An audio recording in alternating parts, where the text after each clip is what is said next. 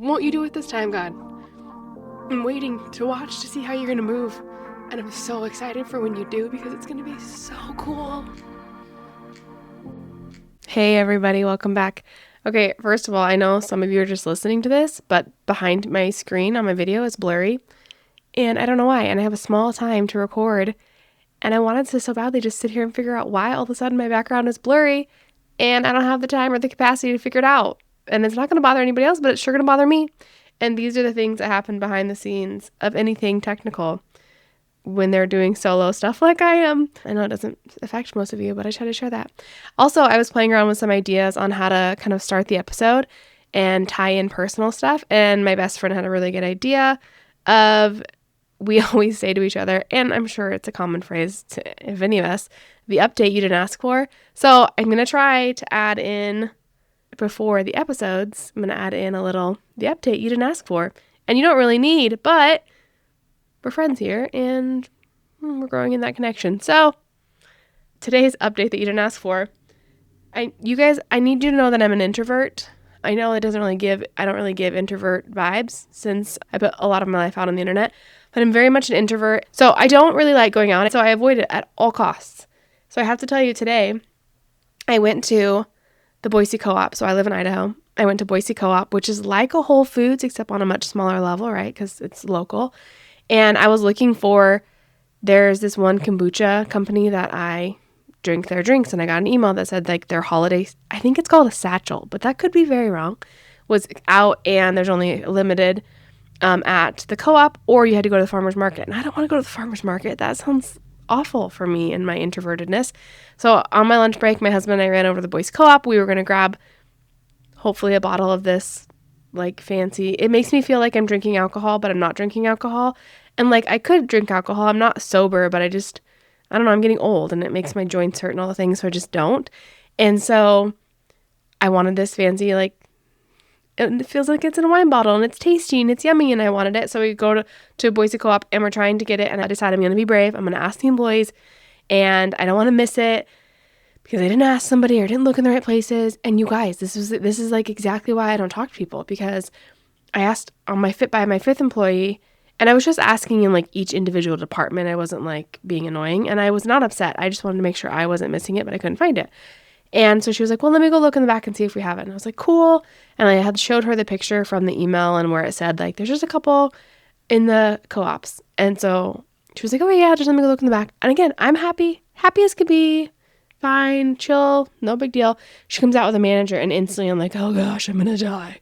And the manager was like, so we don't have any. And I got a hold of the owner and the owner gave me her number to give to you so you can reach out to her. And I just looked at him like mortified, like, wow, this escalated really quickly. I just was curious if you had it or not. We did not need to call the owner. And the whole time, my husband and I are just looking at each other like, this is why I don't go out. This is why, because things always happen. What do you mean we've now called the owner? And we've asked the owner. He's like, do you want her number? And I was like, no, no, absolutely not. I don't want her number. It's truly okay. I will come back when you have them. Like, I am fine. And so then he was like, well, I'll get your number and I can call you when it comes in. Okay, fantastic. That sounds reasonable. I may never come in the store again because now I think everyone's mad at me or thinks that I'm mad at them because how did we resort to calling the owner? I don't know. But just so you guys know, Tommy from Boise Co-op was very kind and he's already called me and told me that they'll be in tomorrow. I'm on the fence of if I'm actually going to go in or not because surely these people must think I'm crazy because how in the world did we escalate to calling the owner? I don't know, but that's my update you didn't need to know. It has nothing to do with anything but just the story of my life. So, hi, welcome back. So glad you're here. We're going to talk about Thanksgiving this week. Thanksgiving, this is coming out on Tuesday. Thanksgiving is just in a couple days. And after Thanksgiving is the holiday season, so just holidays in general can be hard. And I know estrangement can be in all sorts of different seasons and from different perspectives. I hesitated making this episode, if I'm really honest. I kind of wanted to breeze past it because I don't feel like I have a lot of encouragement or guidance to share, but I decided that I'm just going to face that head on and know that maybe you just have a friend who gets what you're going through today, and sometimes that's enough. Today it's just going to be two friends holding space for each other, that holidays can be hard and they can really suck. And I understand what you're going through. Here's some thoughts on how we can kind of brace ourselves for the holidays. The holidays come with a lot of expectation, and where we can get hurt as moms is with those expectations, and are they realistic for what your life looks like right now? And getting stuck on that they aren't. Your life doesn't look like what you expected it to, and the sadness of that. And I just want to say you're allowed to grieve how your life looks differently than you expected. There's no shame in that. There's nothing wrong with that. It doesn't make you less of a mom, less human, nothing, less Christian, nothing. It's okay to be sad that things don't look like what you thought they'd look like. And a lot of estrangement is that in itself. I think that it's okay also to give yourself permission that the weeks of holidays like this week, it's not going to be easy. And also that grief doesn't mean you're not grateful for other things. The two things can exist. You can grieve what is lost, what is absent, what you wish was different, and still be grateful. I think a lot of times we follow up like, but at least you have other kids that are coming, or at least you have, they can exist at the same time.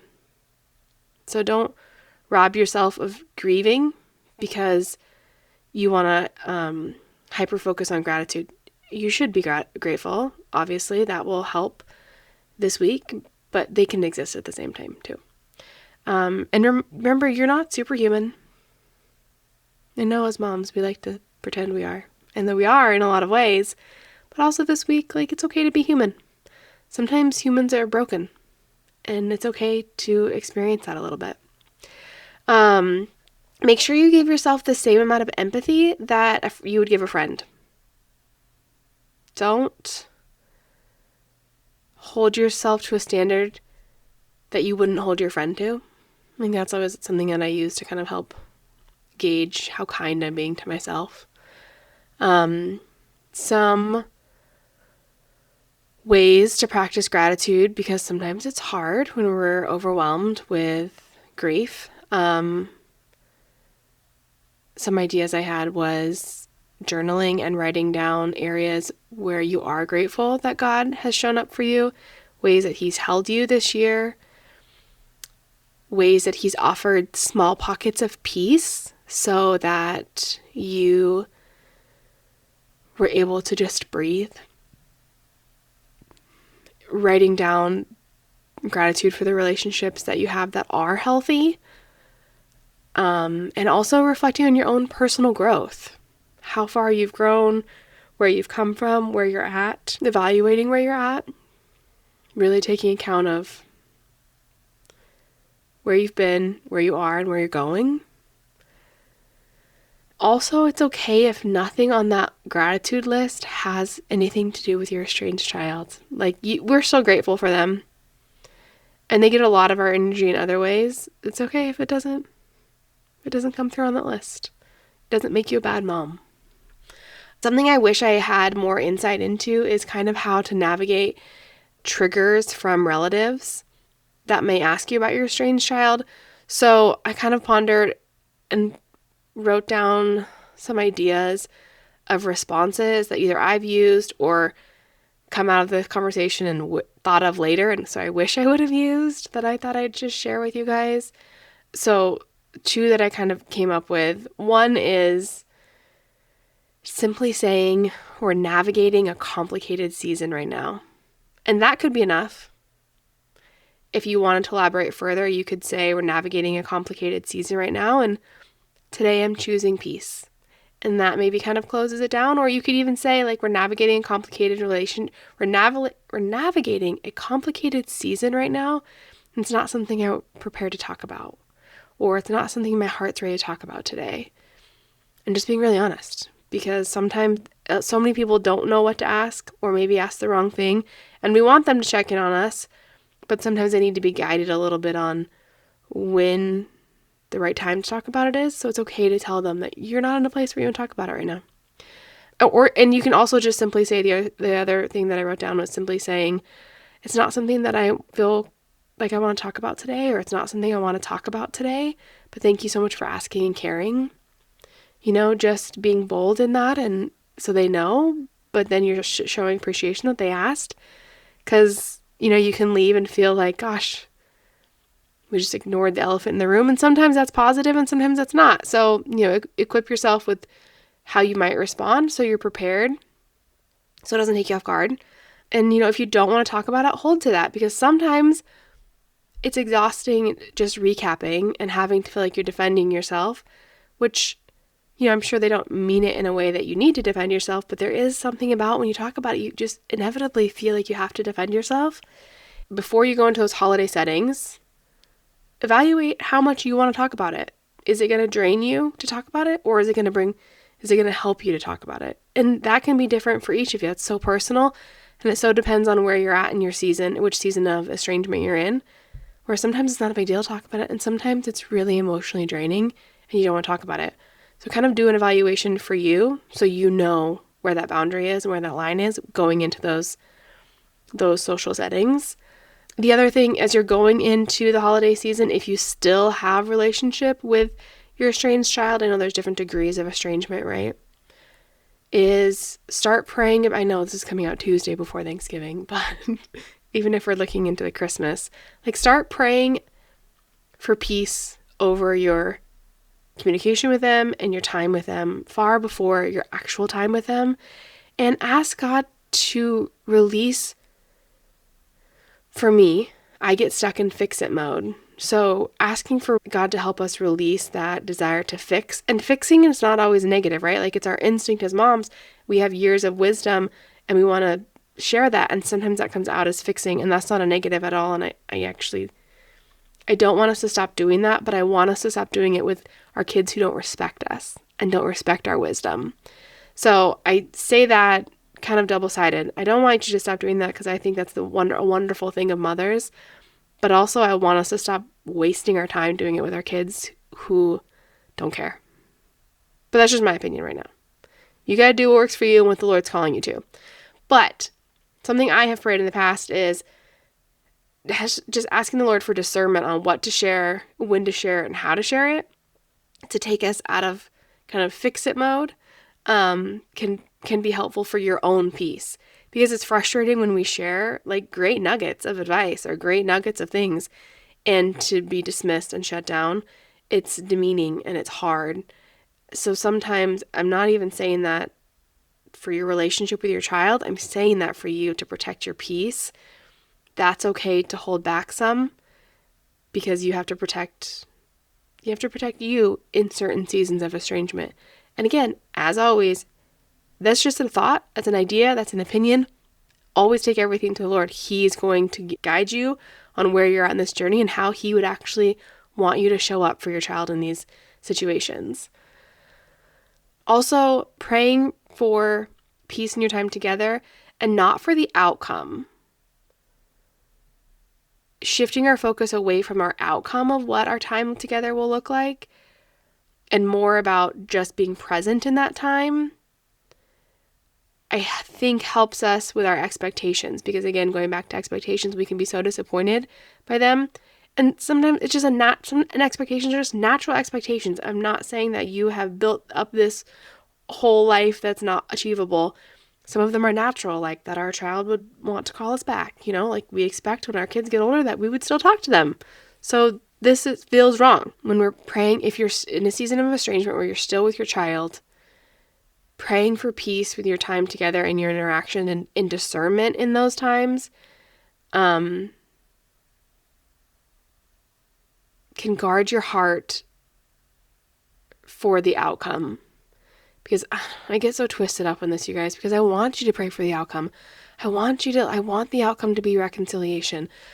I was talking with one of the gals in our membership who I'm going to bring on the podcast, and you guys are going to get to meet, and she's amazing. And so we're talking about Joshua Coleman, and we were talking about things that I'm seeing on social media, and it just seems like, are these relationships really recoverable? Can they be salvaged? Is reconciliation really possible? And statistically, it doesn't look great on paper, but then she and I had to remind each other that, we serve a God that miracles happen, and things didn't always look good for Him on paper. So whenever I get discouraged by those statistics, I remember that watch my God do it. Won't He do it? Watch him do it. This summer when we were laid off from our jobs, we've walked through some pretty big faith moments, and this was a big one as well.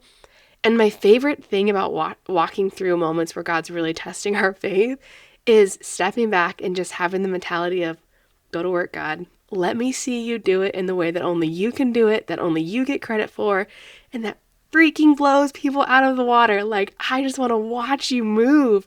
And I get passionate and excited about it in Estrangement too, because statistically it doesn't look great. And part of me wants to tell you to like hold back, protect your heart. Don't hope too much because hope feels painful.